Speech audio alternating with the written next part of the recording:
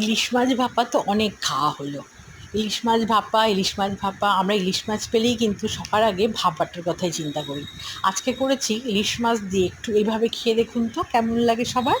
আজকে ইলিশ মাছটা প্রথমে করেছি, ইলিশ মাছ কিছু ভাজা রেখেছি, ইলিশ মাছের ডিম এবং ইলিশ মাছের তেলটা রেখেছি ভাজা।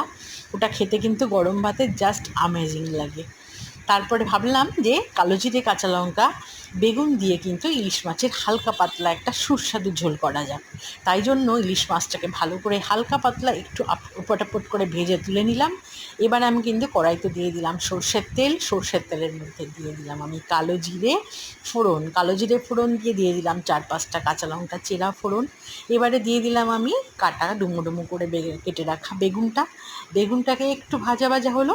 বেগুনটাকে একটু ভাজা ভাজা হয়ে আসলে ওর মধ্যে দিয়ে দিলাম আমি হলুদ, লঙ্কা, একটু লঙ্কার গুঁড়ো, আর এর আগে তো চেরা কাঁচা লঙ্কা দিয়েইছি, আর দিলাম কিন্তু একটু লঙ্কার গুঁড়ো, নুন দিলাম, আর কিচ্ছু না। এবার এটাকে ভালো করে নাড়াচাড়া করে একটু কষে ভাজা ভাজা হয়ে আসলে দিয়ে দিলাম। জলটা কিন্তু দিয়ে দেওয়ার পরে ঝোলটা ভালো করে ফুটে উঠলে দিয়ে দিলাম আমি ইলিশ মাছ ভাজাগুলোকে। ইলিশ মাছ ভাজা দিয়ে বেশ কিছুক্ষণ একটুখানি ভালো করে ফুটিয়ে নিলাম। ভালো করে ফুটিয়ে নেওয়ার পরে ইলিশ মাছের ঝোল কিন্তু আমাদের প্রায় রেডি।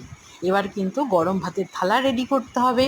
গরম ভাতের সাথে এই ইলিশ মাছের বেগুন দিয়ে হালকা পাতলা ঝোলটা জাস্ট কিন্তু জমে যাবে। কি আজকে দুপুরের খাওয়া দাওয়াটা তো খুব ভালো হবে না মনে হচ্ছে? আর ইলিশ মাছে যদি ডিম থাকে তাহলে তো আরও সোনার সোহাগা। আজকে কিন্তু ইলিশ মাছের মধ্যে বেশ বড় বড় ডিমও আছে। তাই জন্য আজকের ঝোলটা কিন্তু জাস্ট জমে যাবে গরম ভাতে।